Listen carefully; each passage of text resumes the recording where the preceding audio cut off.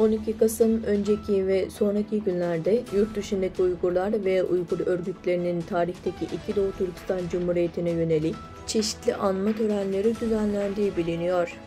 11 Kasım'da Dünya Uygur Kongresi, ABD'nin New York şehrindeki ünlü Davar Meydanı'nda büyük ekranda Uygurlar hakkında 15 saniyelik bir video kaydetti. 12 Kasım'da Fransa'nın orta kesimindeki Avrupa Uygur Enstitüsü'nde Türkistan Günü'nü benzersiz bir şekilde kutladı.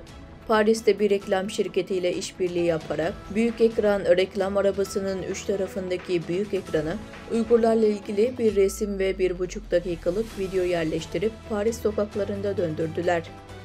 12 Kasım'da İsviçre, Hollanda ve Norveç gibi Avrupa ülkeleri İki Doğu Türkistan Cumhuriyeti'nin tarihi kuruluş gününü kutlamak için geniş çaplı etkinlikler düzenledi. İsviçreli Uygurlar, Pazar günü 12 Kasım Cumhuriyet Bayramı'nı kutlamak için İsviçre'nin başkenti Bern'de toplandı.